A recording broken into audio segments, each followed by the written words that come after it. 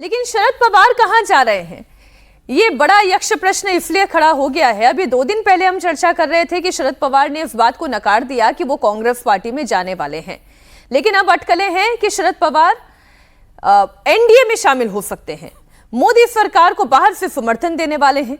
ये चर्चाएं इस वक्त महाराष्ट्र में चल रही हैं, लेकिन अभी तक किसी भी आधिकारिक पुष्टि की अगर हम बात करें तो वो नहीं हुई है।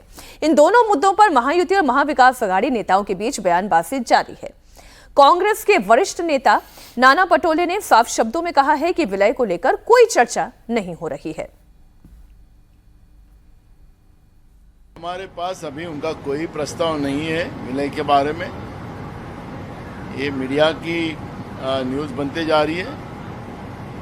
उनके एनडीए के साथ उनकी क्या चर्चा चल रही है उसकी खबर हमारे पास नहीं है, इसलिए इस चर्चा से हमारा कोई संबंध शरद पवार जी से कुछ बात हो पाई नहीं हुई चर्चा, इसलिए मैंने आपको स्पष्ट कहा कि ऐसी कोई चर्चा नहीं है। वो 2024 के पहले, लोकसभा के पहले एक चर्चा शुरू हुई थी। मैं प्रदेश अध्यक्ष था, तब दिल्ली में इस विषय पर चर्चा हुई थी, लेकिन उसके बाद इसमें अभी कोई चर्चा नहीं है। इतना ही मैं स्पष्ट कहूँ। इस मामले पर कांग्रेस के एक और सीनियर लीडर और महाराष्ट्र के पूर्व सीएम पृथ्वीराज चव्हाण ने बड़ा बयान दिया है। उन्होंने कहा कि जिन भी दलों ने अपने नाम से कांग्रेस नहीं हटाया है, चाहे वो तृणमूल हो या फिर एनसीपी, उन्हें वापस घर लौटना चाहिए। मैं व्यक्तिगत रूप से इसके बारे में कुछ नहीं जानता, मैं किसी से मैंने बात नहीं की है, लेकिन मैं एक जरूर कहूंगा कि जो भी पार्टियों ने अपने नाम से, अपने पार्टी से कांग्रेस को नहीं हटाया है, चाहे तृणमूल हो चाहे एनसीपी हो, अभी भी उनका तिरंगा झंडा है, तो उन्हें चाहिए कि वो वापस घर लौटें। क्योंकि देखिए, मैं मानता हूँ कि देश में सिर्फ 2 ही विचारधाराएं रहेंगी। एक हिंदू राष्ट्रवादी, हिंदू मानसिकता वाली विचारधारा जो फासिस्ट सरकार स्थापित करने की कोशिश कर रहे हैं, और दूसरी समतावादी जो महाराष्ट्र शिव फुले शाहू अम्बेडकर के नाम से जानते हैं, जो गांधी नेहरू की विचारधारा है, जो अम्बेडकर जी के संविधान की विचारधारा है, उसे बचाने वाला विचार जो है, ये 2 ही विचार रहेंगे। छोटी पार्टियों का एक लोकल स्तर पे अस्तित्व जरूर रहे, कोई हर्जा नहीं है, लेकिन राष्ट्रीय स्तर पे मैं समझता हूँ ये 2 ही विचारधारा रहेगी। जिस तरह से बर्तानिया में, जैसे अमेरिका में 2 ही पार्टी आदतों को अथवा 2 ही पार्टियाँ बचेगी, हम उस तरह से जा रहे हैं। अगर 2 पार्टी की बात करें तो फिर राष्ट्रवादी कांग्रेस हो या और कोई दल हो, उनको सोचना पड़ेगा कि आप किस दिशा में जाना चाहते हैं। ये जो पृथ्वीराज चव्हाण जी कह रहे हैं, देश में 2 पार्टी सिस्टम, और जो अभी की करंट सरकार कह रही है 1 नेशन 1 इलेक्शन, हमारी चर्चा का बिंदु ये नहीं है। हमारी चर्चा का बिंदु ये है कि शरद पवार कहां जा रहे हैं। देखिए, वही 3 ऑप्शन है, हम लोग चर्चा कर चुके हैं। 3 ऑप्शन है। आप कांग्रेस में विलय करें, खारिज हो गई बात की नहीं, वो विलय नहीं करेंगे, किसी हाल में नहीं करेंगे।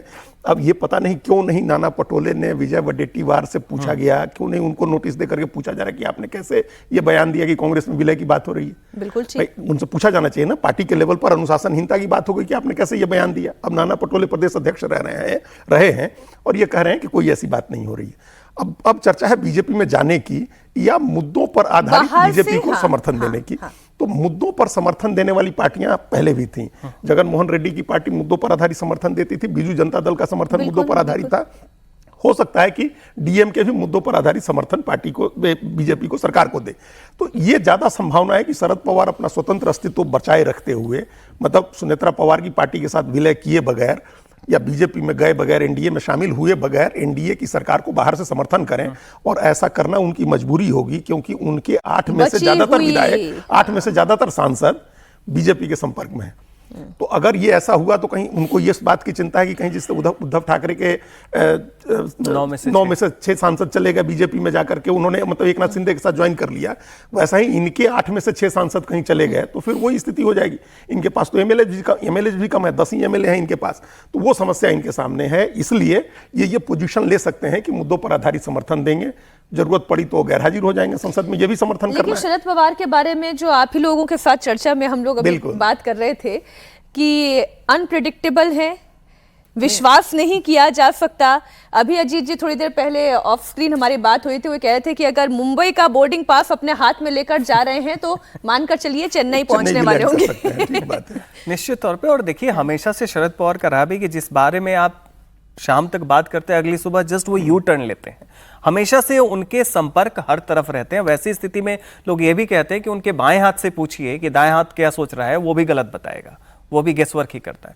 तो वैसी स्थिति में लेकिन जो अभी तक की संभावना है, जो अजीत जी ने बताया कि अभी वो स्वतंत्र रहेंगे और सशर्त जो है मुद्दों पे सरकार को समर्थन महाराष्ट्र में भी देंगे और दिल्ली में भी देंगे। ये उनके लिए इसलिए है कि आपका विधायक, भाई आपके पास 8 है तब तो 5 ही आपका सांसद चाहिए ना, और विधायक तो वैसे भी 10 हैं, उसमें कुछ है नहीं। तो उनके लिए ये होना चाहिए कि बाई एसोसिएशन कम से कम आप सत्ता के साथ हैं। आप बिल्कुल विपक्ष वाली भूमिका में इसलिए नहीं है कि आपकी उम्र लगभग 85 साल होने जा रही है, आप अपनी पारी खेल चुके हैं। और उनकी जो बेटी सुप्रिया सुले है, वो कभी भी उस तरीके से मास लीडर या कनेक्ट वाली जैसे अजीत पवार ने अपनी जगह बनाई वैसी नहीं थी। तो वैसी स्थिति में उनके साथ यह है कि अभी वो वेट करें और सत्ता के साथ जुड़े रहें ताकि हॉस्टाइल बिडिंग ना हो। ठीक, जो कॉर्पोरेट में होता है ना, हॉस्टाइल बिडिंग की, आपके सारे लोगों को ले लिया। कांग्रेस में जाने वाले बात में मुझे नहीं लगता है कि वो कभी चाहेंगे। और कांग्रेस के पास देने लायक की स्थिति भी क्या है, ये भी बात है।